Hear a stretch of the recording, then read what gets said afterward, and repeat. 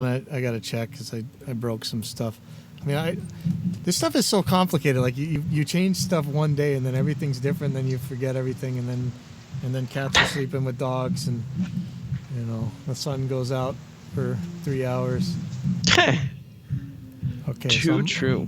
I'm looking at the Facebook. It looks like it's working. Let me see if I hear anything. Oh, I won't hear anything because I'm in the wrong thing. Hold on. As it should. I still don't hear anything. You hear me, right? Oh, yeah, definitely. Okay, so, yeah, I have this set up so goofy. Crapo, I'm not hearing... Oh, there we go. What am I hearing? Hey. It makes a noise, so let me see if this thing is actually working. Hey. Oh, I hear something. Oh, yeah. There we go. That's me. All right, so it's like 22 milliseconds behind. Okay. Sorry. Oh, no, I hear you. Okay, this is good. Okay, so I'm going to... Howdy do. So we know this is working. So allegedly with this Restream thing, it's going to carry the chats from YouTube and Restream and Facebook, and it'll tie them all together. And in fact, let me pull up my Restream chat. I'm just going to throw that where we can see. So if somebody were to type something, Rob or somebody who should be in there listening, probably not. I forget. You can't just click on this thing to make it show Facebook with the chat anymore. Okay. I'm sorry? Yeah, the new video thing is weird with Restream, but so you're looking at the Restream chat. So I'm going to type something in Facebook chat. I'm pretty sure your vocals just literally collapsed in on themselves. No, you're not hearing me right now? You're kind of cutting in and out. Oh, crap. Why would that be? Let me check. Jesus. Check. No, I look like I'm talking well. So it's still cutting in and out? Yep. Oh, my God. Okay. Let me see what's doing that. I'm gonna put it on so I can monitor myself again, sadly. Check. Man, I don't hear it cutting at all. Hold on. Sorry. So it's definitely cutting out for you though, right? Yeah. Okay, hold on. I'm gonna listen to the Facebook. Yeah, Facebook's not cutting out either. Oh man. So it's my send to you for Skype that's messing up, right? Yeah, I think so.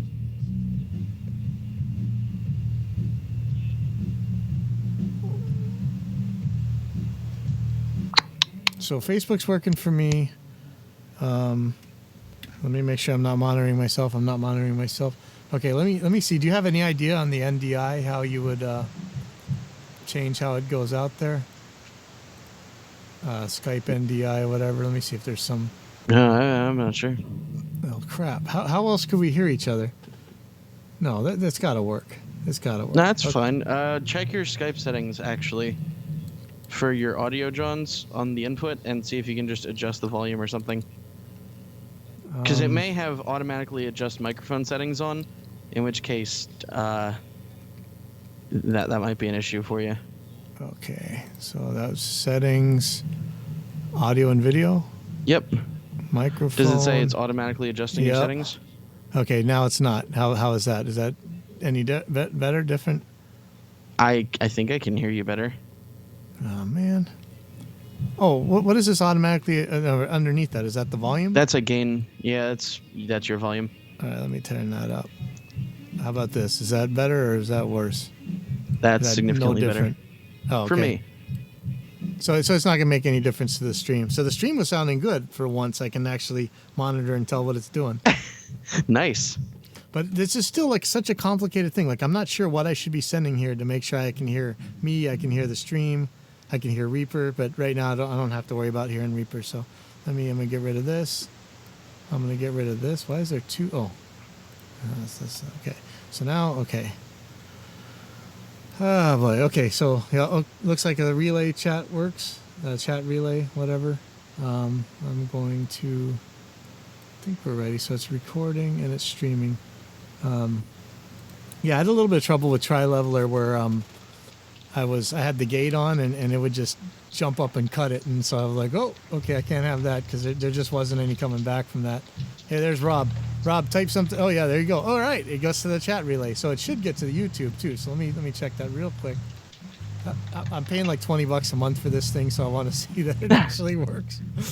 I'm paying too much monthly junk. Like I used to be very poor, and like now I'm paying like $60 a month for stuff, which is kind of crazy for me. Hey Rob, can you type something one more time in Facebook? Let me see if it gets to YouTube.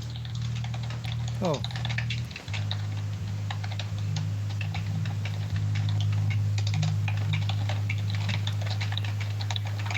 It says Restream bot Facebook Rob Loist. Yay. All right. Okay, so we know that's good. Okay, yes. So everything seems to be working. All right.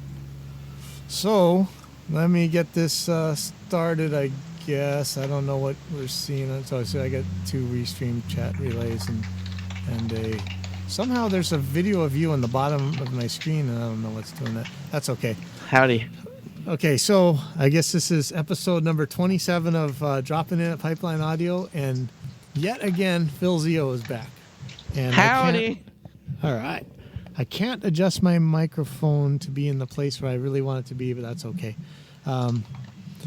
So first of all, what were you doing? Were you playing country music yourself in New Jersey or something? Yeah, actually, hold on a second. It's on my shirt. Oh, wow. So are you... I'm that one.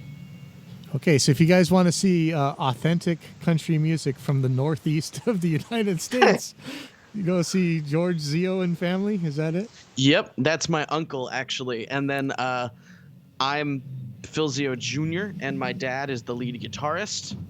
And my uncle is the acoustic guitarist and vocalist. I do background vocals and bass. I've got a cousin whose husband does the drums, and my aunt does background vocals and rhythm guitar as well. So it's sometimes my sister will join. It's basically just a family band, and usually people drop in, drop out as they see fit. Wow. When I was living in Wickenburg, they had this once a year, this bluegrass festival. And remember, this is in the middle of nowhere. There's nothing anywhere near this, and yet Gibson and some other companies actually sponsor this thing and you would drive out there, and then I guess the other half of it is in it's in Nashville or something. Like it's the other side of the year, so it's the summertime because you can't do anything in summertime in Arizona. But there would be these families that would play together, and they were from way out. So the only time they ever saw each other, the grandfather would drive into town to get metal so that he could build his own nails. Or that's pretty metal. Yeah, or the more modern ones would buy nails in town, but the kids would barely ever go into big town Wickenburg with like 1,000 people in it or whatever, and that would be like the only time of year they really saw other people. It was really weird, man. They live way out there, and the bands would be like 11 people and all the family, It's really cool. Yeah. So no, absolutely. I don't know if you're old enough to used to have commercials for Pace Picante sauce. Did you ever see that? Yeah. And they say, and this is the same thing. They say, "Oh man, where's this hot sauce made? New Jersey, get a rope." But yeah. I loved those commercials. So country's not east or west or north or south, but Western music is allegedly west, but Nashville's apparently the west. So I guess. That's true. And honestly, we're playing in Waretown, New Jersey at Albert Music Hall, which is like right there, literally maybe a mile from the ocean. So wow. We're literally Ocean Township, New Jersey over there. And right off Route 9, like literally you go, there's a golf club and the ocean, and this is literally on a little street next to a school right between the two. It's pretty crazy, actually, because you know how it's like the backwoods of any town, country, state, whatever. Like there's always those places that when you drive down, it's all dirt roads and there's some gravel roads, and you got to be like careful not to take a turn too fast, or you'll flip into the marshes and stuff. Yes, Like, I wish we don't have any of that nature here in Hawaii anymore. Oh. But that was my favorite part of driving around Arizona, is just, being nowhere near the pavement. Yeah, no, I love it, and it's kind of close to the Garden State Parkway, so it's like right next to the New Jersey Turnpike. Oh, wow. It is real easy to get there by the Turnpike, because then you just turn onto like Wells Mills Road, and you're basically there. You just drive for a couple miles and you're there. But it's a beautiful area full of marshes and little water inlets, and like I said, it's literally a mile from the ocean, so you can drive the wrong way if you're trying to get back to the Turnpike, and you'll just see like infinite water, and you're like, oh, I think I made a wrong turn. It's pretty fun. So great country music too. If anybody's ever out there, might as well go. Might as well see who's playing. And if we're playing, then you can drop by. I'm sorry if we're not what you expected, but we're basically just a rock and roll band that plays country, in all honesty. Awesome. So tonight I was hoping to talk about mixing Country? black metal versus mixing power metal. Oh. I have some horrible tales about doing professional country videos way back in the day, but I think I'll leave those alone for another day when I don't have anything to actually talk about. But the other day you put up a mix and you said, man, there's way too much bass in this for black metal. And I listened to it. I'm like, hey, that's listenable. That actually sounds like music when you put too much bass into it. And so I don't really know what's what. The first people I remember carrying swords around and having the weird face paint and running around the forests were, I think, was King Diamond. But King Diamond didn't have those kind of mixes. He had it had really kind of ridiculously polished mixes for what kind of music it was. Yeah. So what in the world is the difference between black metal and power metal, and what the hell is King Diamond then? Okay, so this is gonna be a crazy transition, but you want to know about King Diamond first, right? You want to know where they fit? Well, first of all, they are not black metal. They're okay. How much King Diamond have you heard? Because the different eras of King Diamond are pretty interesting. Dude's still touring, actually. I'm pretty sure.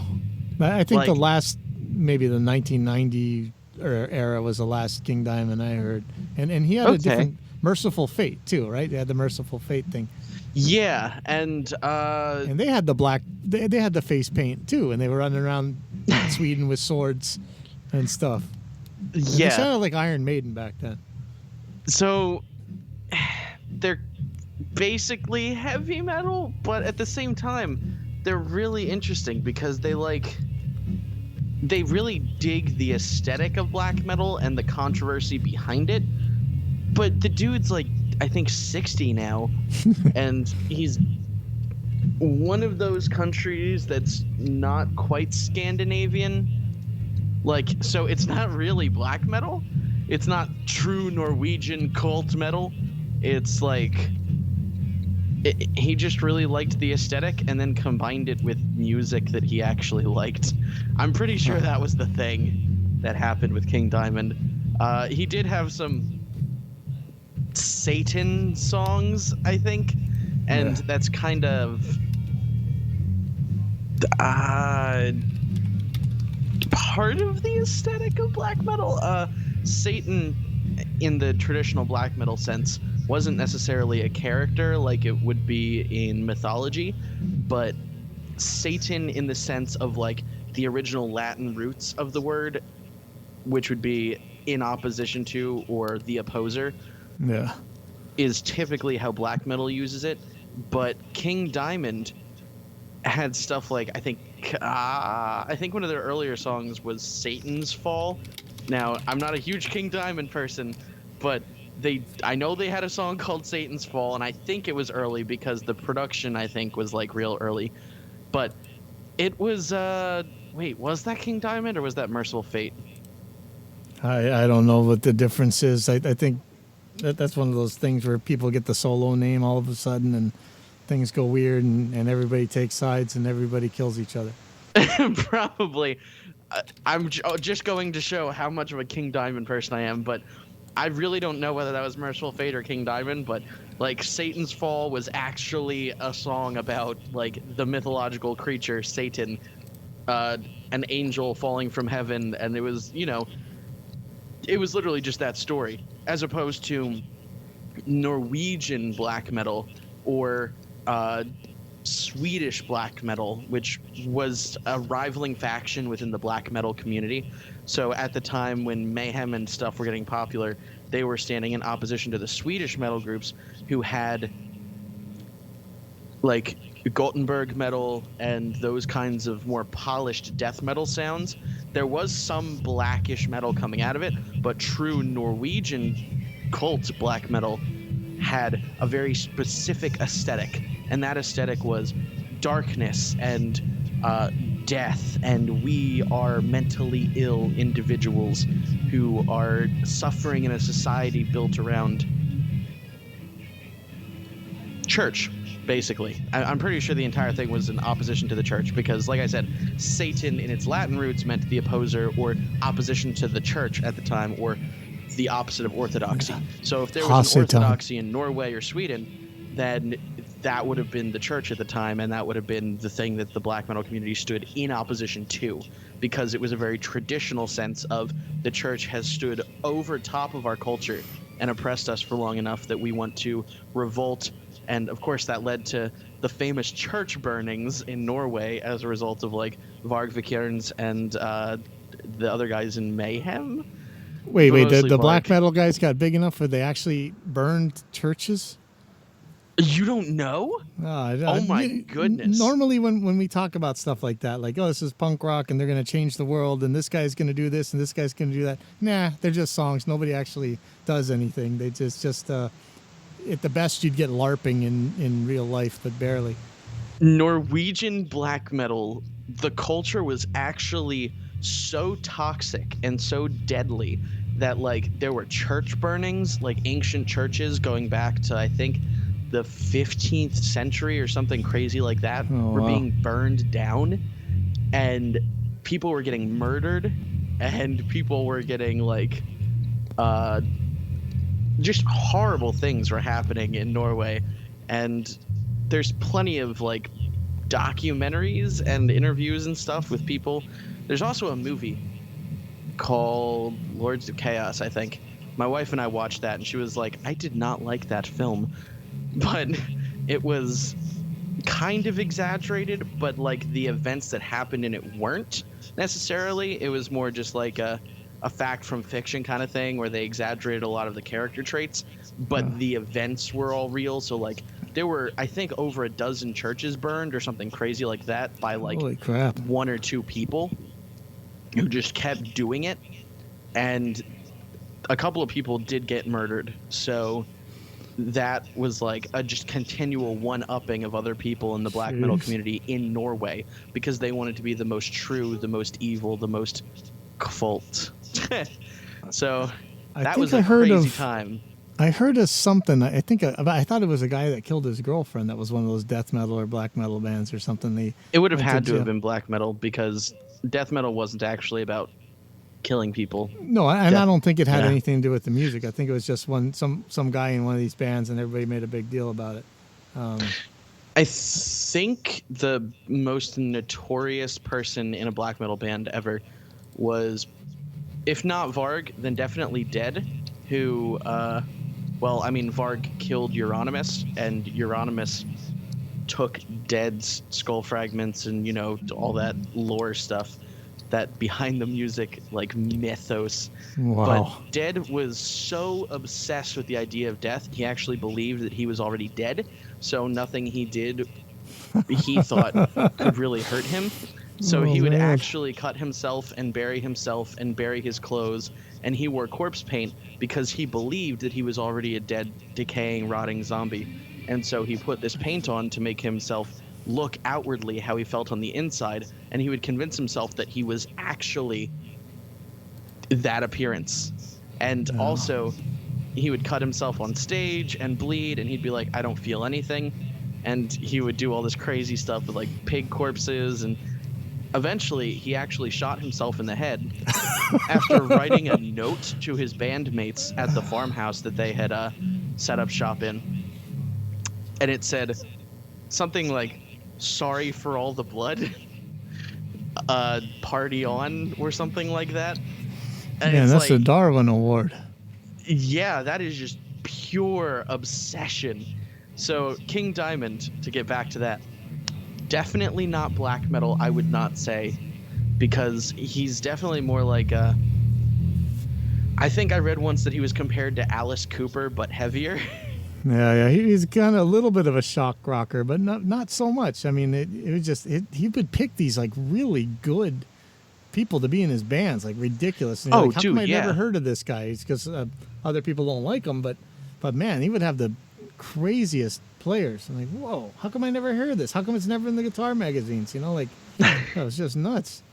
But oh, by the way, that song that I sent you, that album, those were actually clients of mine who are some of my closest friends, and I want to explain this a little bit over time, but like black metal, if you listen to their earlier stuff, like the band I sent you is Necrourgica. Their first EP was called A Sense of Wilderness, and it had the blue cover. It was very wintry. That album is just pure noise. It's all like, and the snare drum was mic'd from like all the way over here if the snare was like right here, and the toms were all mic'd on the underside, not the tops, and the kick that's usually was how I mic'd do it. the sides. It was terribly mic'd. Everything was just disgusting. The guitars, I couldn't get an amp to sound the way that I wanted, so I used Pod Farm and just cranked the treble, cranked the presence, cut all the mids, and he was like, yes, this is pure energy. This is what I wanted. And I was like, okay, well, So that was how I got my first taste of a black metal band. And this was years ago. Like probably, I'd say, early 2010s. And then more recently, they released that one after they worked with me on like 2 EPs. That was their first full-length album that I sent you guys. And as you hear, it's listenable. Like there's low end, there's a lot of mid-range, there's all that stuff that to somebody who's not acquainted with black metal, you listen to it and you're like, this is a very atmospheric, very interesting, very vibey, very soundscape thing. Like it's not just like the whole time. Like you can understand it more. It's got a musical uniqueness to it as well. The production's very unique. Everything about it is like a rejection of what came before it, but also it builds on top of it. And that's what I like about black metal. I like when black metal is a rejection of stereotype and is a rejection of the established canon of the franchised thing that is black metal. Like people take black metal and they just kind of say, all right, so if I have really lo-fi screechy guitars, if I have drums that sound not even like high end in the least, but like the whole time, and the cymbals are just like there's a sound that people know going into a black metal band how it's going to sound. If you see the tag black metal on something, you're going to assume it's either going to be atmospheric black metal and drenched in reverb, and there's going to be almost nothing audible except a couple of instruments. And again, this is a stereotype. There are some bands who do it right, but black metal as a genre is so much more about aesthetic than it ever used to be. The reasons people did it back then, why, for example, Varg for Burzum would go to a professional studio, one of the best in the country, only to ask to use the worst stuff, to lay down tracks in the worst possible way, to use like one of those lav mics that is attached to an earpiece instead of like an actual microphone he would hold like was common, or use a condenser that they had. He wanted to make everything sound as lo-fi and disgusting as possible while still paying the full studio price and still doing things the right way, but turning it on its head and flipping it for the aesthetic. The aesthetic was what birthed Norwegian black metal. It was that opposition to and rejection of everything that was commonplace and mainstream and popular and everything that could be considered beautiful, and then creating a dark beauty with the rejection of those things and saying, look, this is nothing like anything you've created. This is nothing like you want to hear, but it's how we feel, and it's an expression of that. It's a lot like punk in that way, but it's also coming from a place of real oppression. Like, these people felt oppressed by the society they lived in, so much so that they were willing to go out and kill people or go out and burn down symbols of their oppression. Like, it was just that intense to them. And whether or not they actually were oppressed is a different matter, but it was how they felt that really seeped into the music. But nowadays, anybody with an interface and like addictive drums can literally lay down a black metal beat and plug in the DI on the guitar and just go ham and come out of it with like tremolo picked, which is a riff in every single black metal song that has ever existed from the dawn of time, and nobody ever does anything different. Real black metal, in my opinion, would reject that and find new ways to build on the creativity of the original stuff. The original stuff had a purpose for being the way it was. It wasn't just trying to copy and repeat the success of somebody else because, oh, I'm doing it the same way they did because I want to be true and vault and I want to be edgy. No, the real way to be edgy is to try something new. Yeah, stop the conformity. Figure out how to make it work for you, and then make it happen. It takes effort. It takes skill. It takes time. It takes some understanding of what came before it and why you don't want to do the same thing. Yeah, sometimes in any genre, people latch on to some specific part of the sound and the way it's written. Both of those things, and then they insist on doing it that way, and you're like, you know, you would get these Me Too bands that would come in that really wanted to be that thing and do it that way, and then you would end up with you know, you're like, hey, well, the other guys who did that, they were actually really, really good, so when they did it, it sounded okay, but when you do it, it's just going to sound crappy. Like no, don't come in here with broken heads and broken strings on your guitar. You're not at that level, you know, just because you saw some. And often it was just a picture in a magazine, and they were actually lying. Like, I've been in sessions where later on you've watched what they wrote about in a magazine. They're like, yeah, we were in one room with no headphones on. We never did any overdubs. I'm like, yeah, no, that's not how that happened at all. We had to hire people to come in and play your parts for you, you know, because, you know, you're not supposed to say that. I'm getting a ramp up of background noise on your end. Is that me running Tri-Leveler on you that's messing that up, or is that something that Skype's doing over there? Do you know? Real-time audio engineering, people. Here we go. My room's pretty much silent. Okay, so let me see if I'm messing this up on so check it out on OBS filters, and I'm gonna put this on the other screen so everybody can see. So I'm gonna open the plugin interface. Yeah, I don't have the auto input on Tri-Leveler. That's weird. You might want to gate me up to like -56 or something, because that looks really intense. Well, I mean, it's I don't know. I'm scared that that's going to blow up, but yeah, I'm not sure what's ramping it up. But that's okay. It's no big deal. You're talking more than me, so it'll work. I'm sorry. Yeah, it's all right. It's just, I get really intense about this because the first time I worked with that black metal band, we really did try to get something like other black metal bands, but we still wanted to have a distinct sound and approach to it because they understood from the get-go that having an aesthetic doesn't mean you have to imitate to such a degree that you're indistinguishable from the original. If I wanted to listen to Mayhem, I would just you go listen to Mayhem. De Mysterious Dom Satanus and just be like, yeah, this is good stuff. All that Me Too kind of music, it just drives me nuts. It's like, you know, it's cool that not only do these guys not want to say Me Too, but they also on purpose are trying to be in opposition to you know, there's a line in the second Suicidal Tendencies album where he says, tradition is the root of all evil, and now I water the tree. So, you know, the Me Too's would be meaning, I'm going to pour water on it, and the opposition would see I'm watering it by peeing on it right now, you know? So that's pretty cool.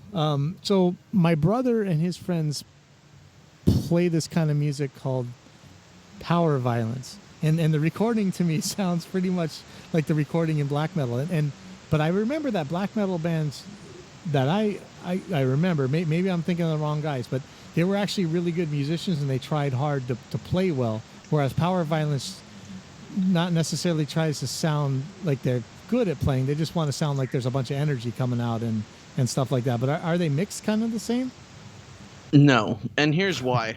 The difference between black metal and power metal is much the same. No, power violence. Yeah, no, I'm making an analogy. So okay, it would be like, okay, good. Death metal or power metal would have very good production almost every time.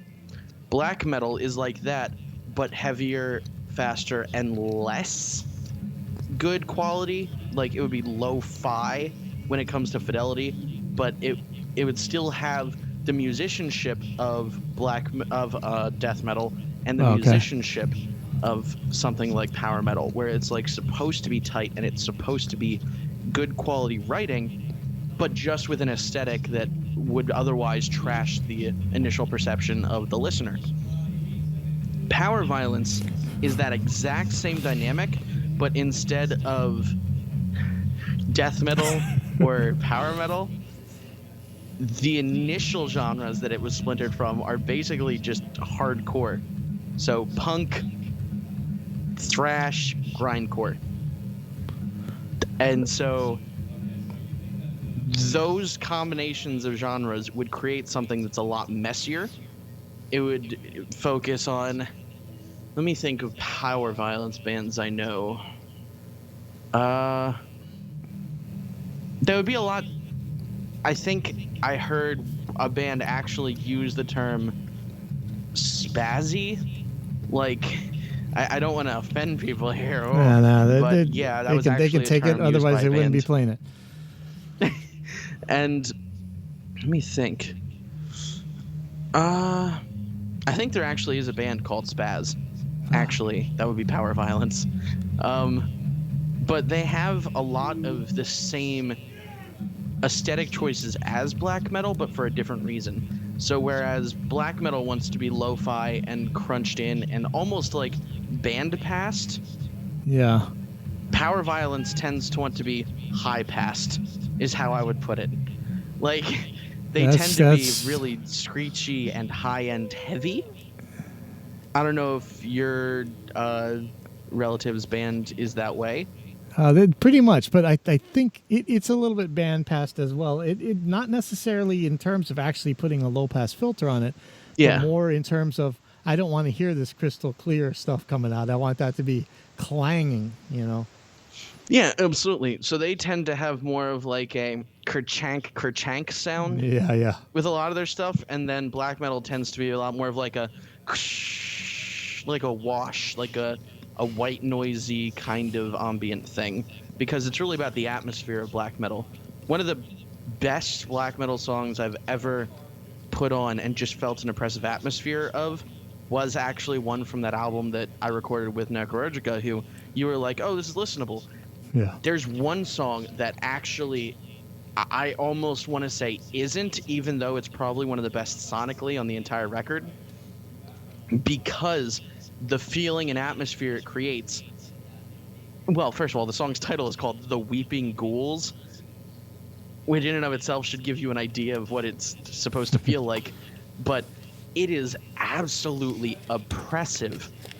The sonic landscape of it was such that I actually, when mixing it, after we'd recorded all the parts, I had to take a lot of breaks. Not because it was screechy. It's actually fairly flat, all things considered. But, like, it just crushes you. The atmosphere, the feeling of being hopeless, it just overtakes you aesthetically. And it's like, I didn't know music could also do this thing. Like, I've had music make me laugh, I've had it make me cry, I've had it make me feel anger, I've had emotional responses to music. But this is one of the only times that I've ever put something on and just felt absolutely hopeless, like depressed. Because, like, I had clinical depression from a young age, so I know what that feels like. And this music is like actually choosing to engage Wow. with something that I know makes me depressed. Man, I did some But it's so good. I did some very early doom metal, and it was there was like that. And one of the things that would happen, I think that contributed to it, is just the songs were so long that they had a long enough time to get in your brain and hold you down. Plus, you're depressed from listening to such a long song in the first place. Like even if it's jam bands, like I'd record jam bands that would have like 9 and 13-minute long songs, and you're like, man, I'm depressed now. I want to die. And but yeah, the doom metal one was just like if they could, okay, if they weren't so blah blah blah, blah and you could actually understand the words, they would take you to some pretty hopeless places. Like, you know, there's a lot of that. What's this? The writer, the Call of Cthulhu guy. Lovecraft. Whatever his name. Yeah, where he's just said, you know, it's not about that these things are out to get you and these aliens are going to eat you. It's that you're so insignificant that they don't give a crap about you. You do whatever you do. They don't care. Worship them, don't worship them. That makes no difference. And you're like, man, I'm insignificant now. I mean, that's how you feel. That's Lovecraftian. And me and the main writer for Necroarchica are really good friends. He was my roommate. Like, their band picture on their Bandcamp was one I took outside our house after a session. Like, we lived together. We were roommates. We've been really good friends for a long time. Like, when he was homeless, he came to live with me because we're just that good friends. And he would compare it to not Lovecraft, but Ligotti. And I don't know if you know about Thomas Ligotti, but he has openly said that he's better than Lovecraft. And in a way, he's 100% correct. But whereas Lovecraft's entire thing about fear is you're so insignificant because the cosmos is so extremely large and you have no value to it, Ligotti's whole thing is, yes, there is something bigger than you. And specifically, God is real, the universe is real, both of them are sentient, and everything hates you. Like, that's Ligotti's thing. If something exists in a book by Thomas Ligotti or a story, it hates you. It wants you to suffer. It wants you to die because it has the ability to, and it just wants to. Like, that's Ligotti.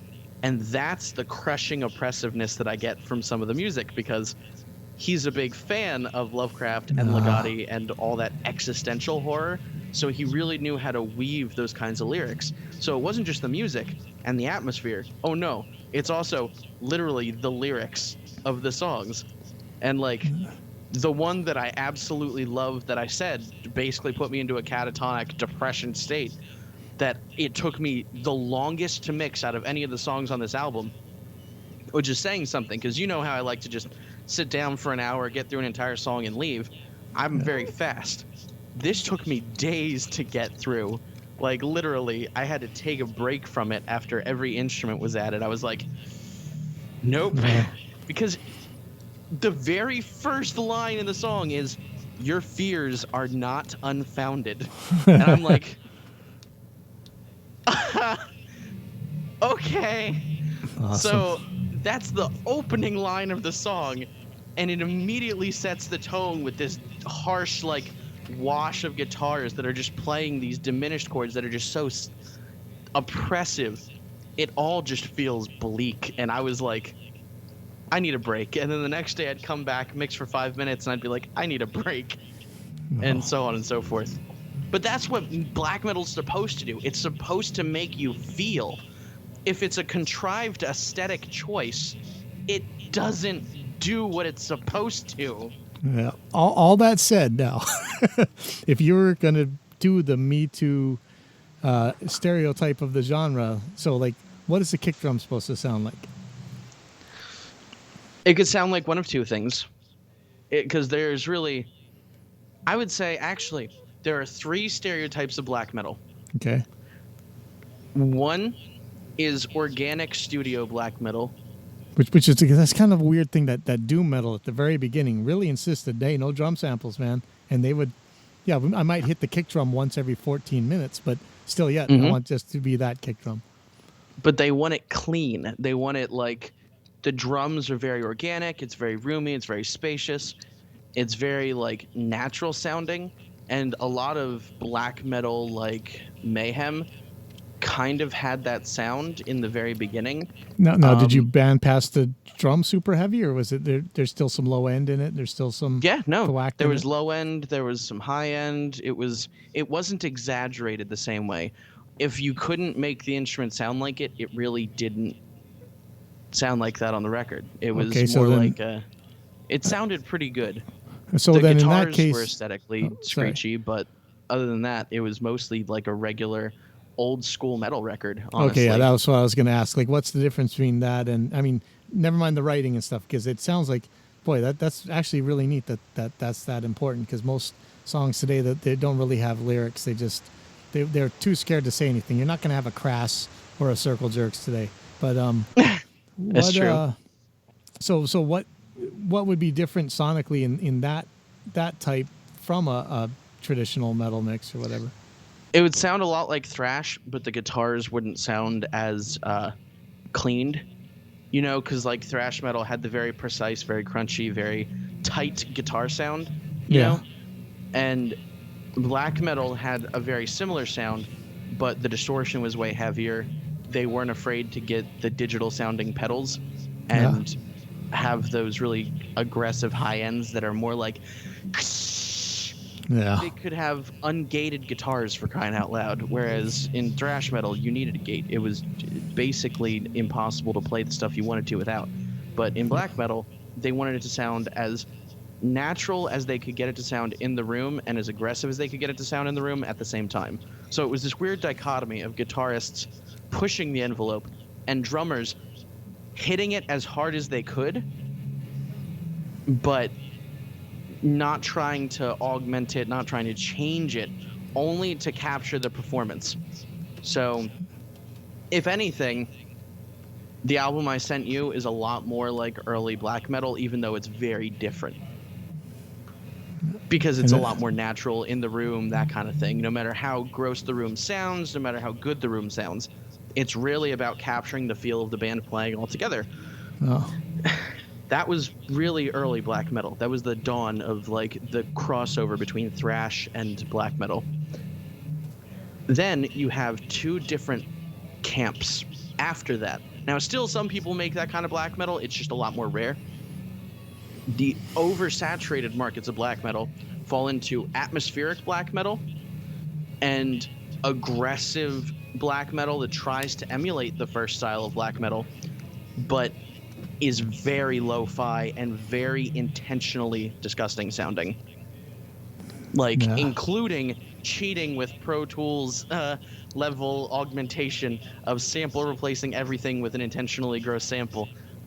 Using guitar sims like I did to intentionally get disgusting guitar sounds in the first EP. Like Like DSK or something? Like what would you... Oh, a guitar, like the actual, like a virtual guitar, like DSK or something like that? Yeah, like you can do literally anything with fake stuff in this version of black metal. This version of black metal is what I would call the aggressive ripoff, where they heard what Mayhem did, they heard what Burzum did, and they wanted to combine the two. Really solid musicianship and very disgusting quality, but they don't care how they get it because it's an aesthetic. It's aggressive. It's angry. You could use drum machines for all they care. And a lot of the progenitors of this exact style actually did use drum machines. Because they wanted something faster than could be played by a lot of humans at the time, and especially with the way drum pedals were back then. Tension and all that stuff. I remember that some of these bands, these black metal bands, they would come in, they brought these kick pedals that had an extra staggered pedal, so that when they kicked it would come in like, like a tiny fraction of a second after, like they were playing double kick. And like, I'm like, you're gonna have to figure out how to put that in, that it's gonna be timed to the actual music, man. This is what in the world are you doing with that thing? Now, they were sometimes tight, sometimes weren't. Typically, that was a result of just the influx and the oversaturation of people attempting that kind of black metal. So it's hard to tell when it's a stylistic thing, but it's not really, because you can usually just tell that they're not that great musicians, but they really like black metal aesthetic. That's a thing that is totally a thing that happens. And what I love about black metal from the perspective of somebody who enjoys every flavor of it is that while a lot of it sounds samey, some of it really does differentiate itself from the rest of the mold. And a lot of that I see is in atmospheric black metal. What Burzum eventually became is, like, a lot of people called it dark wave or like ambient music. Like, a lot of people trying to say that a lot of what Burzum did eventually wasn't actually black metal. It was just synthy music for edgy people. But realistically, that's what ambient black metal was all about from the beginning, was just using whatever you had available to make something that created a certain feeling. And when it comes down to it, you can make it that way and it'll still be black metal. I mean, you don't need the traditional instruments. So was Nine Inch Nails ambient black metal? No, they're more industrial because they use a lot of the tropes of the industrial genre. Whereas once you're into ambient black metal, typically what you're going to hear from almost every single hour-and-a-half long ambient black metal album that comes out 3 or 4 times a day on YouTube is, and yes, that's actually a thing. You can subscribe to literally conglomerate lists on YouTube of these things and just watch the playlists go from like 90 to like 120 by the end of the week, and it just keeps going. It grows every day. That's a very hopeful thing. Like we always talk about, there's not bands around anymore, there's not people playing anymore, but I guess they're breeding like rats somehow. Only because with ambient black metal, you can do it totally solo with drum machines, a guitar, and like a reverb module on your DAW. And so people will stand there like pumping out maybe an hour of content over a day or like a week or something, and they'll just play to something that's all blast beats and double bass pedal kick stuff, like brrr, and then and then brrr, like just alternating blast beats and double kick passages. But they'll focus on the melody of the guitars, and typically they'll drone on with those melodies, so it'll be like all tremolo, of course, and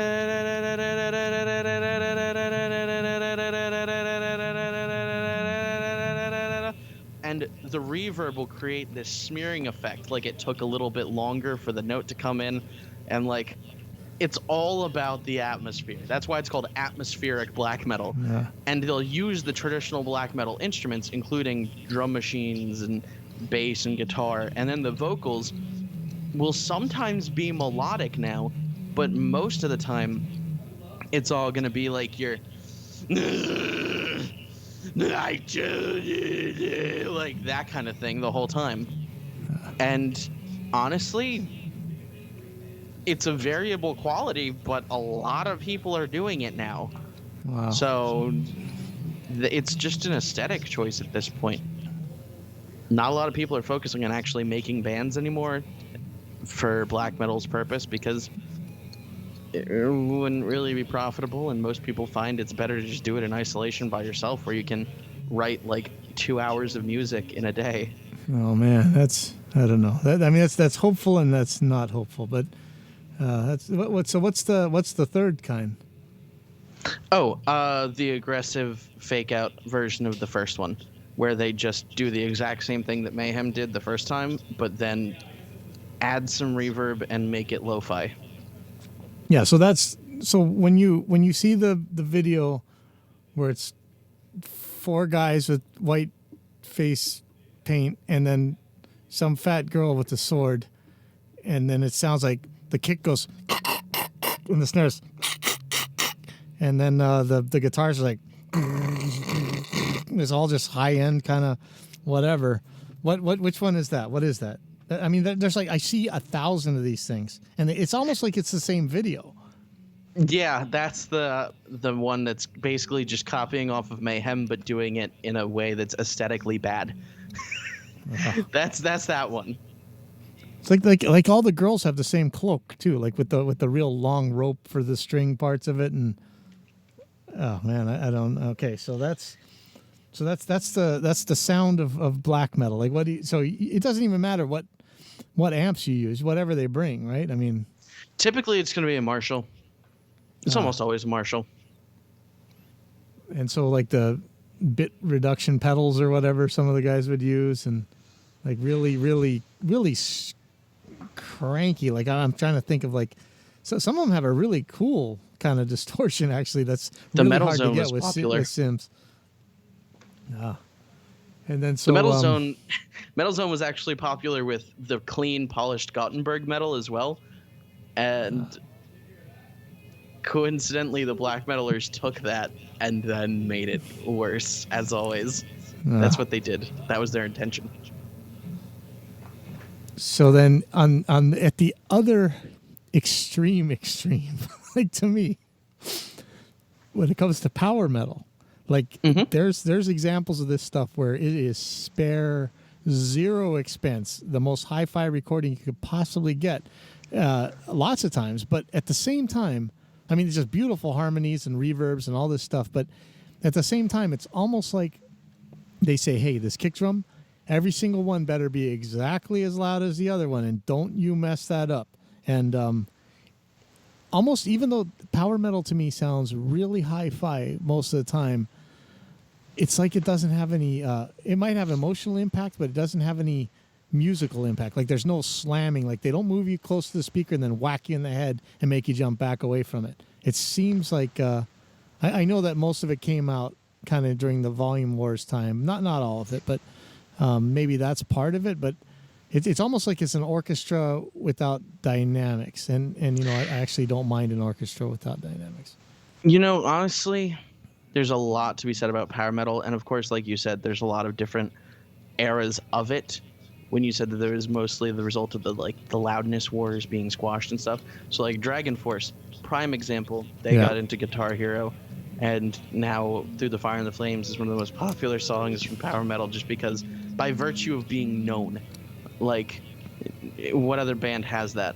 But they did something with power metal that a lot of bands didn't. Like in the late 90s, power metal was a thing. Actually, power metal was a thing in the early 90s as well. Late 80s to early 90s, power metal existed, but it wasn't called that until it was retroactively or anachronistically dubbed power metal. So like my dad, he was in a power metal band. Some of my friends say it's more thrash sounding, but that's because of the aesthetic. The writing was definitely power metal. There were keyboards, there were like big swells and changes in style midway through with like acoustic guitars and multiple layers of vocals and all that stuff. Things that are actually considered to be part of the aesthetic of power metal, the genre-defining characteristics of power metal, the speed and the sound and all of that stuff. It was just done on tape in the late 80s and released in the early 90s. Like, yeah, to me, that anything that you could sing J.R.R. Tolkien Lord of the Rings lyrics over, that is power metal. They try and take you to this fantasy world where you're hearing about these epic things happening. And so in that case, Dio was definitely power metal. A lot of the almost Judas all Priest time, stuff, a lot of the Judas Priest stuff was, and a lot of it wasn't. But there certainly was some that was, and it would try and take you on a journey, almost kind of Iron Maiden. Some of their stuff was kind of power metal-y to me. Yeah, but you also have to you know? consider, well, yeah, Halloween, but you have to consider that part of the aesthetic includes a lot of keyboards. So stuff like Rainbow, yes, I would absolutely consider a lot of that power metal. Even if it didn't go too fast, it was definitely in the vein of power metal. But when you consider stuff like, say, the over-the-top nature of Stradivarius and Nightwish, they are bands that literally make it on every hour and a half of epic power metal or 10-hour playlist of epic, intense power metal to slay dragons to. No. Like, those just have so many layers and layers of intensity that actually, when you say it's like an orchestra without dynamics, you'd be right about some of the bad ones, but like when you look at the big ones, they tend to use dynamics as adding layers and taking away layers, which is actually the pop mentality of it, which is Yeah. why it's so funny to me that it's actually incredibly polished, is because it's basically pop music for metalheads.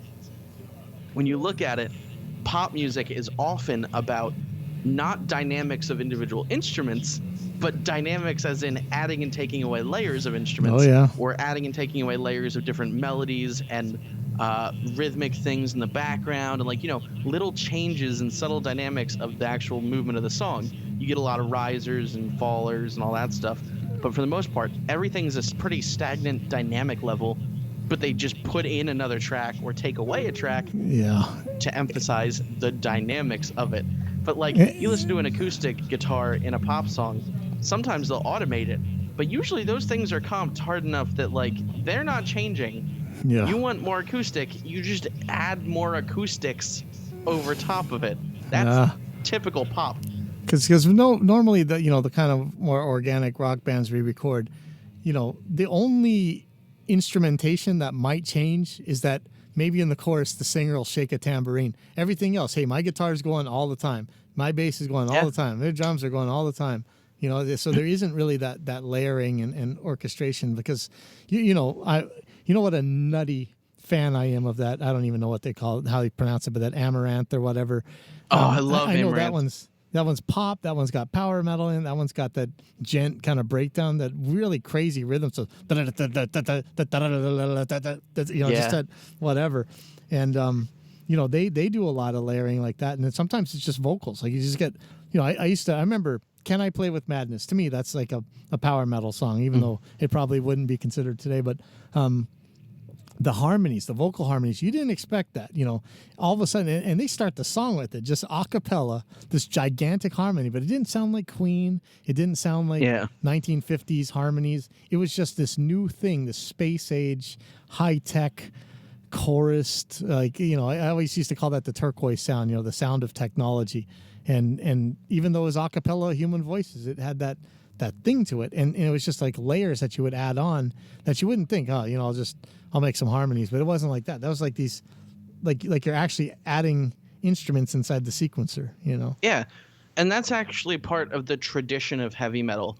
Like, there used to be a lot of, in heavy metal, harmonies and melodies and all that good stuff that eventually continued down the heavy metal line and like influenced other genres.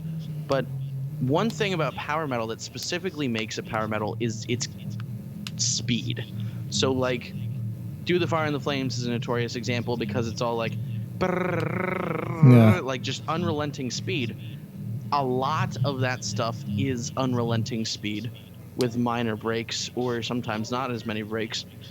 And that's where you really get into the problem with defining power metal as a genre, is because you only really have general characteristics that apply to it. It's very difficult to get a comprehensive list of characteristics that apply to power metal that wouldn't also apply to things like most versions of heavy metal or a lot of versions of thrash. So it's like, more than not, it's a crossover genre. It's a genre that's birthed by a whole bunch of different genres coming together and being like, you can have this part of me, you can have this part of me, and that's about it. So like, Sabaton, amazing band. I've seen them play live with Amon Amarth because, of course, I'm more of a death metal guy. But when Sabaton played live, you could feel the energy. There was no doubt in my mind it was power metal.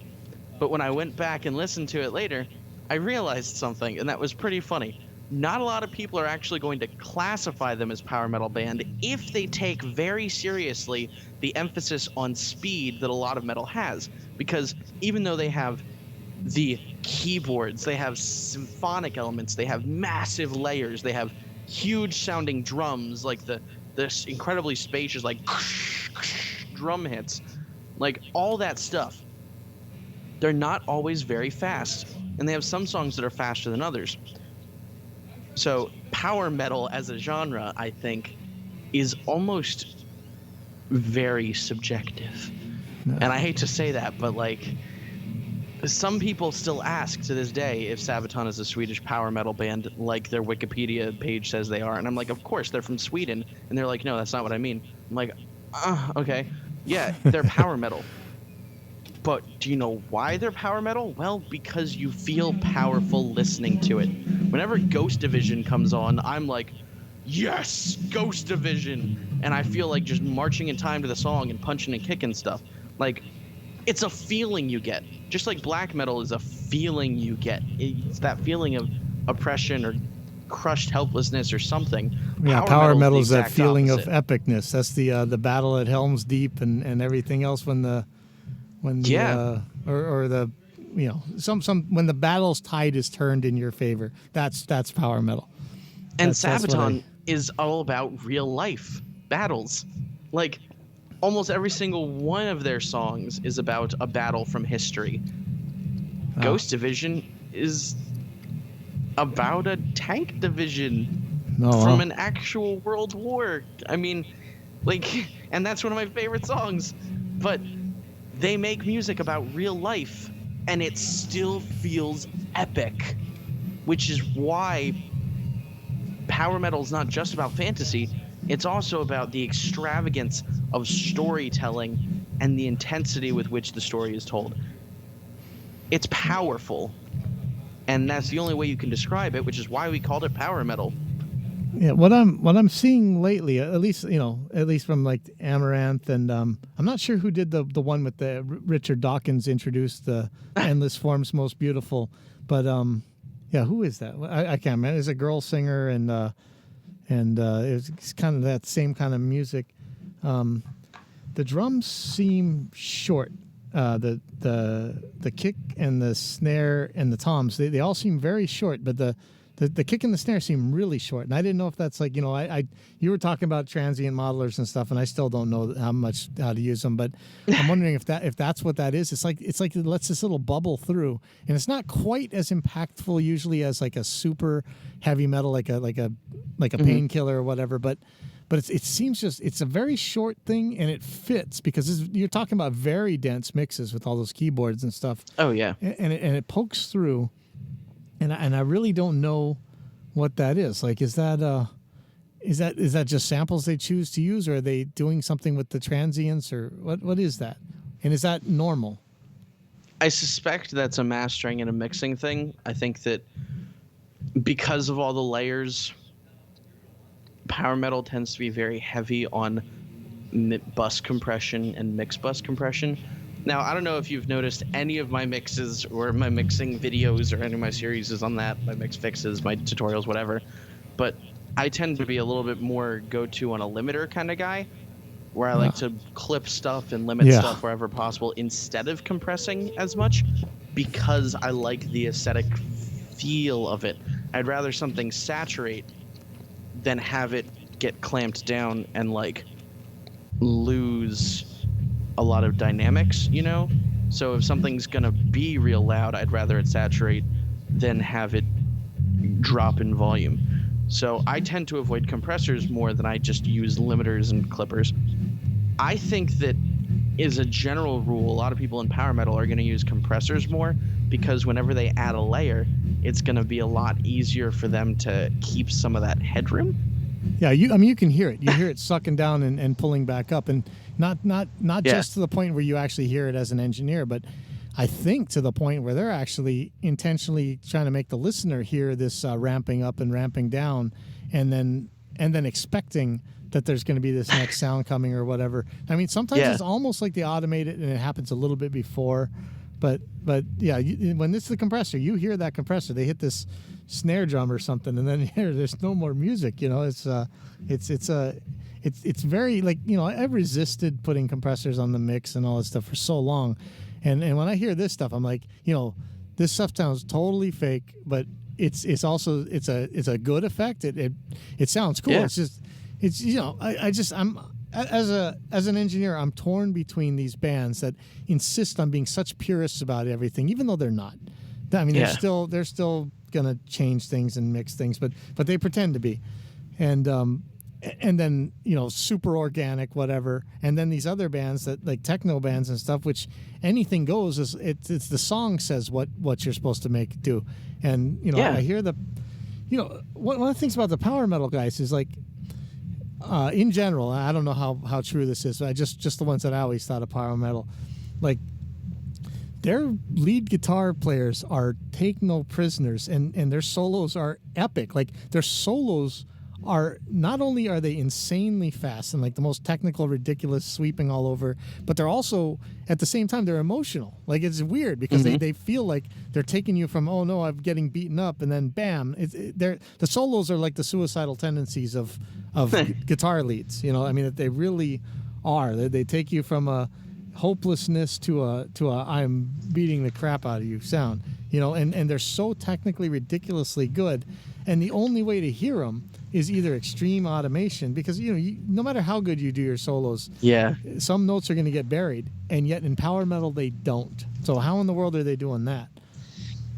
Well, first of all, when you said a solo that's kind of epic but has feel, I was actually thinking more of a song called Fiction Kingdom by Demon Hunter, which is straight up metalcore.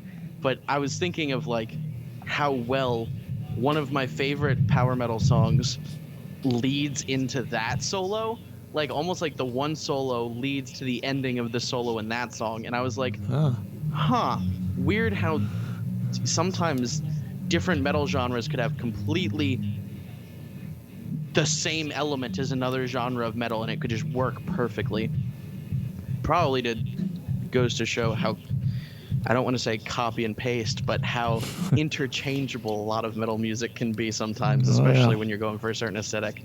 But one of my favorite songs by a power metal band who I didn't even realize was power metal is Full Moon by Sonata Arctica. And I think that's who that is, actually. What? So I think that's who did the Endless Forms Most Beautiful. Let's see. Sonata Arctica is an amazing band.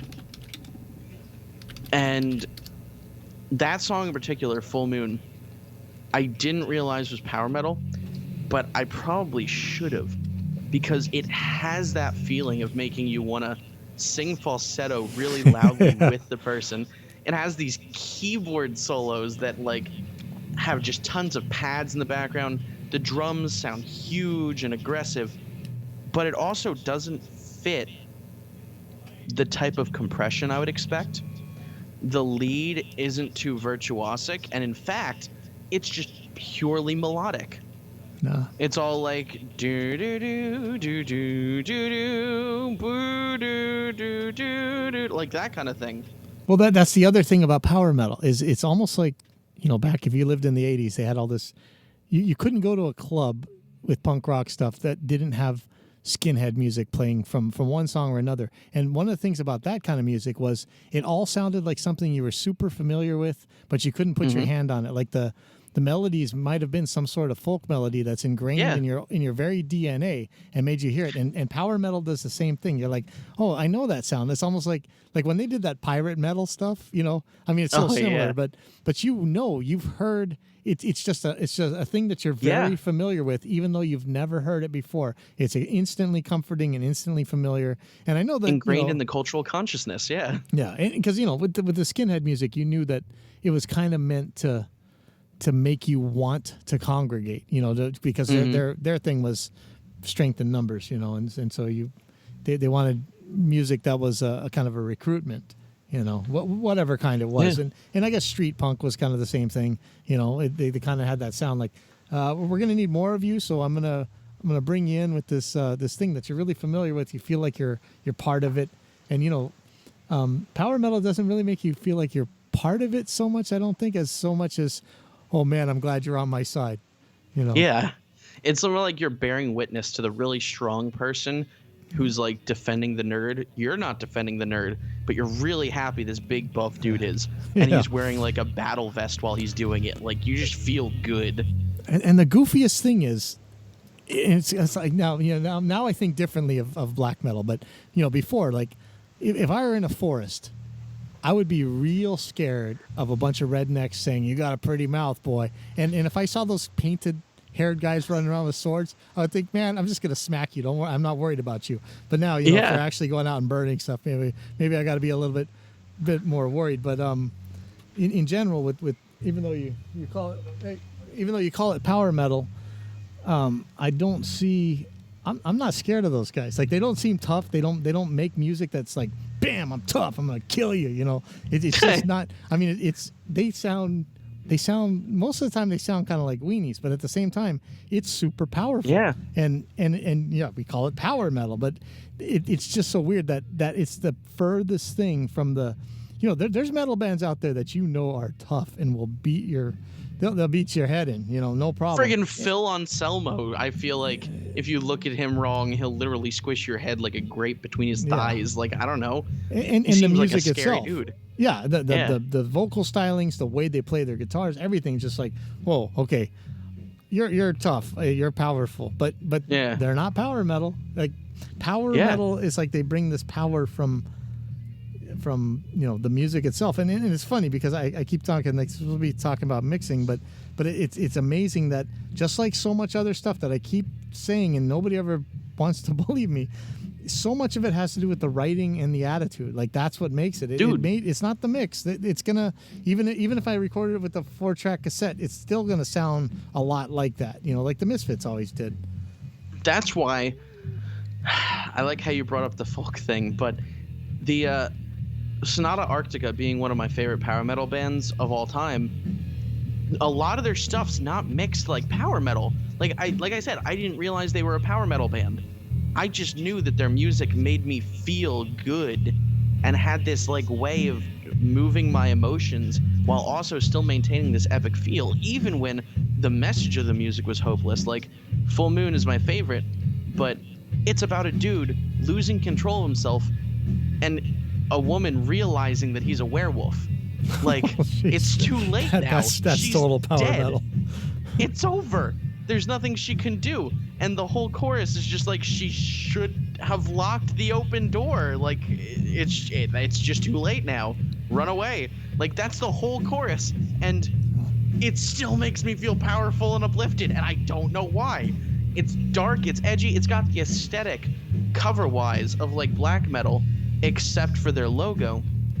Like, the whole thing feels dark, cold, empty winter. The mix is cold, it's aggressive, it's got all these hallmarks of like 80s music too. Like, the drums don't have that sucking in thing, but they have a lot of reverb, and I feel like it's a gated hall verb because that's just what I go to whenever I hear like every time, but it doesn't suck in. The whole thing sounds incredibly organic, and that's why I didn't realize it was power metal. It didn't sound like every kick hits the exact same and every guitar sounds like punchy energy. Like, it's totally different. But with folk metal, there are times when I feel like folk metal is power metal, even though it meets none of the requirements except it's uplifting and it's energetic. Yeah, I mean, the end of the Pick of Destiny. They did the acoustic thing, and I mean, to me, because of the way those folk melodies interacted and then the harmonies and everything, I mean, that was as power metal as anything, and it was acoustics. It was a pair of acoustics, and I think they snuck some other instruments in there in the soundtrack or whatever. But I mean, really, it was acoustics for the most part, and it still had the same effect, the same emotions and stuff. And I don't know if there's an era of music that people completely want to forget, and that is the Tony Martin era of Black Sabbath. And I love that stuff, but when I hear it, like, that is like the Headless Cross, that is as power metal gets, right? And then the song Glory Ride, where it's about the pilots in World War II that definitely weren't going to come back. I mean, they're going on these bombing runs, and the things are made out of cardboard or whatever, and they're just going to get blown up.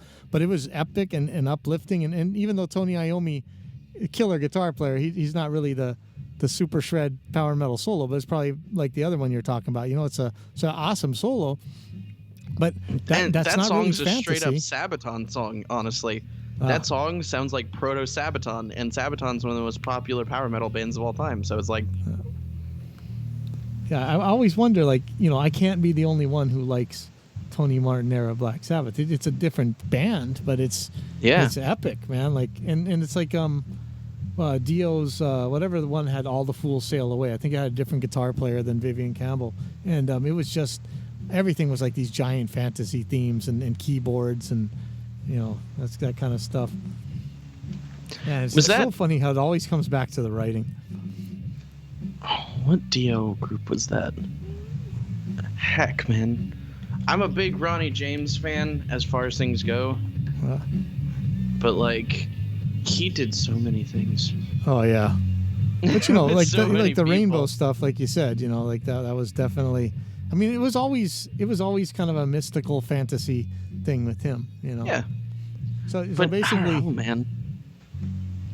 Yeah, like if Warhammer players would listen to it, then it's power metal. I think that's the definite definition, right? Well, to be honest, I listen to folk metal when I do Warhammer stuff. Yeah, it's the same. I swear it's the same thing. Look, dude, you can't tell me that Helveti, when they have a hurdy-gurdy and a tin whistle and like a pan flute going, and heckin' guitars just going dun dun dun dun dun dun dun dun dun dun dun, and all the vocalists just going like oh, like you can't say that's not power metal. It just feels so. It doesn't have keyboards, but all these natural instruments are doing the exact same thing the keyboard would do anyway. Like, yeah, I mean, we used to, because of the way they sang, we thought, man, these Pogues guys are complete punk rock, but Pogues are power metal, man. I mean, if you really go back to it, because you can instantly whistle along with that song, and it's those folk melodies. It sounds like pirate music too. It's like there's this Bermuda Triangle of relationship between folk melodies, pirate sea shanties, and power metal. You say that. I'm actually working with a dude right now. I'm just laying down vocals for him. His name's Julian Brockmeyer. I hope the next mix fix I do is of that, because I did, I think, a pretty stellar job at capturing that power metal, folk metal feel in a mix. And I was like, yes, I finally did it. I finally got the secret sauce. But like, it's so much fun to lay down these vocals because I just feel so strong. It's all like, on a mountain up above, like all this intense stuff, and I just feel like I'm embellishing it so much, So what would you do different? Feel good. What would you do different mixing that or recording that than you would with anything else? There's a lot of energy in the highs and the mids that needs to be accounted for. And the lows are very sparse but solidly handled by only one or two elements. So all the low end is devoted to the kick, and then all the low mids are devoted to the bass, and then everything else just has a mid-range thing somewhere. It is very clean with folk metal and with power metal, but with power metal, you get a lot more high frequency energy going on all over the place at the same time, whereas there's a lot of carving out going on in folk metal because it has to sound a lot more natural, like a natural space, so it's a lot less hyped typically. So what about is the bass guitar playing really fast stuff, or because not always? I can imagine it's hard to keep that kind of solid low end up with that, and almost like you'd want to use a keyboard for that part of it, but I guess you could.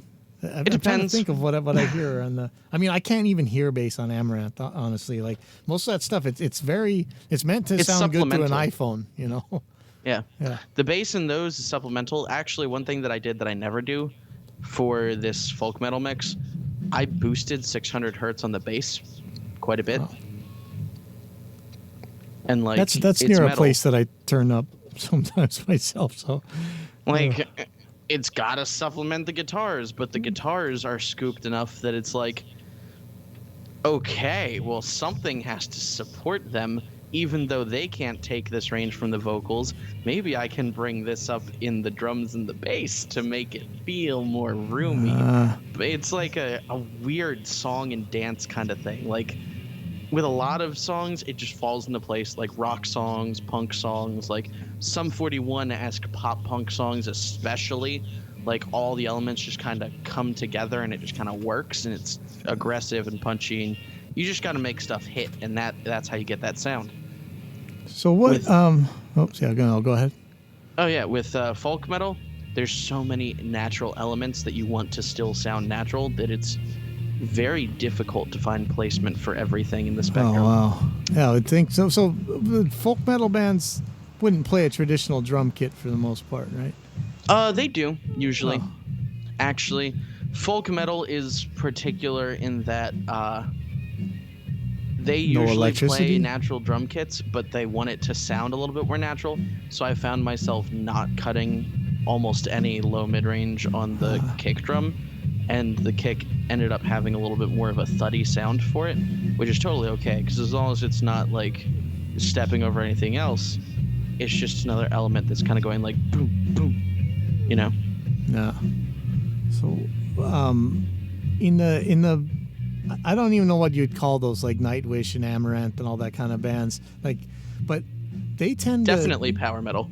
They tend to tune down a lot, whereas I hear, I see power metal as a genre that probably the only genre of metal that for a long time resisted the growing of strings. So it wasn't so much 7 strings or 9 strings in power metal at first, anyway. And they didn't tend to. They might tune down a little bit to save the singer's voice on tour, but for the most part, they seem to have more standard tuning. And one of the things that I always noticed as guitars were tuning down and getting extra strings is the lower the tune of the guitar, the more trebly the sound you ended up with in a mix. And that is a hard thing to deal with. I would imagine when there's keyboards and stuff, because those guys are eating all that super high. So I don't know. Are you seeing much low tuning in most power metal, or I know I see it in those, like, whatever, those techno pop power metal girl fronted bands where they got the girl singing nice, and they got the guy singing nice, and they got the screamer guy, you know. Yeah, we had one. America had what was the name of the American one? New Year's Day. You know, New Year's Day. Oh, I love New Year's Day. I liked them. I saw them live with Ice Nine Kills one time. Oh. That was really good. That was a great show. Oh yeah, sorry. I was just thinking about how awesome they were and how they absolutely killed it with Motionless in White as well, I believe. Because I think it was Ice Nine Kills, Motionless in White, and New Year's Day, and it was like, it was a trifecta. They all supported each other during different parts of the set, and it was such a good show. Like, I loved when the lead singer of New Year's Day actually went on and sang parts that definitely weren't on the album, but they added just because they had some time before the set, and I was like, yo, why don't more bands do that? Like, that's crazy. They just had time and they had fun, and that's crazy to think with all this stuff that's so pre-programmed out, and like you have to have everything fall on the right beat and the measure because it's all done to a click track, and all the samples have to load at the right time, all this stuff. They didn't care. They were just like, let's have some fun with this one. Yeah, you know, I don't want to get all Sam done, but the vocals, at least of the newer one, where you got the girl singer and then the kind of the tough singer.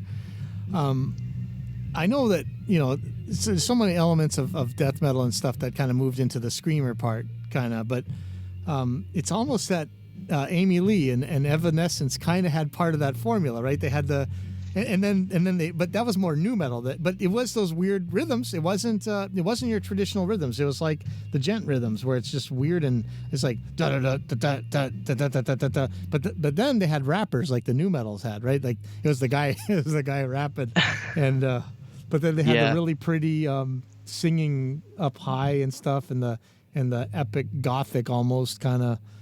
I don't know how much that's related, but I'm you know. Yeah. That seems like a similar little part to it. And then the style of mixing, it's kind of closer to that. Like the kick's not got giant low end in it or anything, and the guitars are kind of more of a scratch for the rhythm stuff. But sometimes you do hear, not that this was a power metal thing, but the first guitar in Almost Honest by Megadeth, sometimes you almost get that effect on some of the power metal rhythms if they're playing slower. You know, that really just gigantic but high tech kind of sound. You know.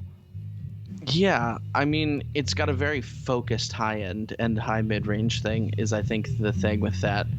Like, it punches you right in the face, and it's not lacking in too many mids, but it's also scooped enough for the vocals to fit when everything else comes in. It's like, it's this weird, like I said, it's a dance. Like, all that stuff, I don't want to say it's contrived, but like, they definitely chose what elements to keep of each instrument in order to fit everything the way they wanted to and have it all just sound so clean. That's something that I really like about those kinds of things. But gothic metal like that, or the hard rock gothic aesthetic thing that was Evanescence, was totally different than power metal, if only because it wasn't as uplifting. It focused a lot on tragedy and the emotional underpinnings of like abusive relationships and like loss and all that sad stuff, right? Power metal is inherently uplifting. It must be, because the aesthetic is one of positivity and intensity. You know, with that more static high end and high mids that you're talking about, it's almost like I see another connection there with you know, the Tony Martin era Black Sabbath, because that so much of that was the sound of the Marshall 9001 preamp, which had a very distinctive sound, and I know how many people hated it, whatever, but it was a very, like, the high end just stayed there, and you play leads on it, and all the notes would be the same volume up top, but it also had this really scooped mid, just perfect for vocals and bass to get in. It's just, the sound of is like the washing machine rattling against a termite-eaten piece of wood. You know, it really, that 9001 was that sound. You know, I wonder how much people really listened to that and said, yeah, that's what I want it to sound like. And now I want a 9001. Now, who makes a VST for that? Actually, I think Agritone does. The guys who used to be at Might Get Loud, I'm fairly certain they do. Oh, wow. Wow, man. Now I miss that preamp so much. Wow. Yeah. Now I got to think about that. So, yeah, we don't. It's almost like power metal might not necessarily be mixed so much different than anything else. It's just the way it's written, and you know, you do have to worry about the buildup of low end with those super 5,000 kick drums a second kind of thing going on. The other thing you really have to worry about is buildup of high end, because those things become static so quick. Wow. Like, it just becomes white noise. The more elements you add with all that aggressive high end, it just becomes terrible. Like, I've always mixed things a little bit brighter than I should because I've always been very sensitive to it, and as a result, I overcompensate knowing that other people like it more than I do. But like, you can go too far, and badly mixed power metal does go too far. It reaches Poe's Law almost level of like the complaints people had about hair metal. Oh yeah, they definitely have that. I mean, that's. But you know, I'm always fighting for more of that Mutt Lange sound. You know, so like, I love Alex's Audio Assault's Exciter because it gives me that. Type A comes close, but you know, Exciter can also make it angry and stuff. But like all that treble, like I was listening, of all things, I was listening to White Lines by Grandmaster Flash the other day, and the treble that's on there is incredible, you know, and then we didn't have the technology to keep that stuff. So they give you the perception of treble. And I mean, it's amazing. Like you can't make music like that anymore. Like it's just so many genres that are not allowed to cross for political reasons or whatever. But I mean, there was harmonies on there. There's like crazy bass on there. Like that thing was killer. And every time I hear high end, so I hear it in like that Martika, Toy Soldiers, for instance. A lot of Heart songs. Anything Mutt Lange, so the Def Leppard stuff, not so much the AC/DC, but then later on, you know, like I hear it almost, you know, in the 90s and the early 2000s, late 90s and early 2000s, they had this weird pushed mid-range sound where there wasn't that much lows, except there was a solid low that stayed there, real static, and a really kind of a lot of low mids, and almost like they're trying to avoid treble. Even though there was some little bit of bright stuff, but you listen to music from that era, and it's like, it was weird. It's like really mid-rangey, and I know a lot of that is the sound of the distressor. That was really the thing they were pushing with. But then after, when 2010s came, they started to be that beautiful treble again. And I know part of it was like Mutt Lange doing some of that Shania Twain stuff or whatever, but a lot of it was the metal bands were starting to put it in. I know Amaranth still, they have it almost like a techno band would have had it. Not quite that super boosted, blasted high end, but very techno-y. But you know what a lot of that is definitely the reintroduction of electronic elements into mainstream music again. In the 80s, that was all there was. And then in the late 90s, early 2000s, you hear a return to like the more natural drum kit, acoustic guitars, upright basses, and all that stuff being used in pop music again. One of Shakira's earlier albums was all acoustic instruments. There was like no synth anymore. Yeah. And so people were really pushing hard for like that, we have digital technology now as the mainstream. We really want everything to sound natural and clean now that speakers respond better than ever before. Now we can hear everything better. Let's have a lot of those natural things and get rid of all that poofy low end and high end that was in all that 80s stuff that made it sound scooped and like it was in a dark trash can. Like there was just some very obvious overcompensation there. One of my favorite records from that era is actually 1X by 3 Days Grace. My dad hates them. He almost got in a fist fight once with Adam Gontier, and I'm like, but I love them. And he's like, if I never see them again, it'll be too soon. But they were one of the bands that I grew up with. But that album, I go back and I listen to it, and I think to myself, how the heck, with all of this low mid-range buildup, did they still have all this clarity on every single instrument? Like, the guitars are stupid low mid heavy. Yeah. The vocals sit over top of everything with very clear low mids, but like this chorusy high end kind of thing going on every single vocal. And the Funk Junkies had that. The drums have like a thwack in the low end that should like to my ears, everything should conflict if this was one of my mixes, but it doesn't. Yeah, there was a hardness. Hear everything.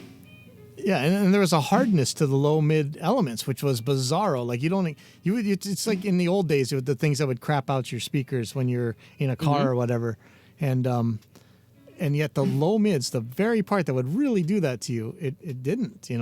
So that was pretty neat. And I remember like there's a couple Funk Junkies albums. I'm like, man, where's all the high end? This sounds horrible. And then you really listen to it, and you're like, whoa, this is really present. This is, and it's a killer sound. Now I want to go and de-scoop the mids. Like you're almost making a frowny face instead of a smiley face on your guitar. It's really exactly. Cool sound. I do that all the time. Like I'll reference something from that era, and I'll be like, "Well, time to throw in a whole bunch of 400 hertz." Like all but that it doesn't stuff work when I do it. And you're right. And then everything is just poopy again. And I'm like, how did you do this? I want to know because I love that sound. It's the sound of my childhood, and I can't get it back. And I wonder if it's making it short, again, because of those distressors that were everywhere at the time. Like everything was, is there a distress? I need a distressor on this, a distressor on that. Everything is distressor, distressor, distressor. And they had a thing where it would do this weird grab after things happened. And it was hard. Like, it wasn't like... Yeah. It was almost like not a noise gate, but like almost like an expander. So you'd have the punch would come through, and then bam, you turned it down a lot. But it was still there. And so the element was still there. But I wonder, because that was really... Yeah, if I tried to do that, I'd just end up with mud, And but that's the thing. Mud. You get thwack from every element. And it's not a crack, it's not a punch, it's a thwack. It's something in between. Like, it's such a distinctive sound, and I hear it in my head whenever I hear the drums from one of those songs. I'm like, that's very distinctively a thwack. Even the guitars did it.